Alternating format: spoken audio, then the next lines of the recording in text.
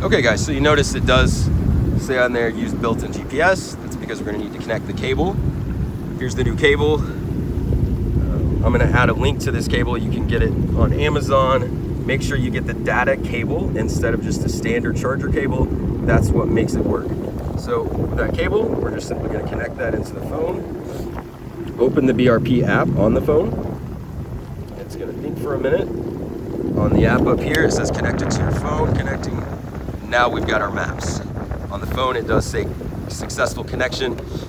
The screen does go pretty black, so you're not able to see out here in the sunlight. Then I'm simply gonna tuck this away. That's why I wanted to go with the shorter cable. Otherwise, you're having to tuck this entire cable into here because you wanna seal that up in case you flip the ride. All right guys, now we have the navigation on the screen.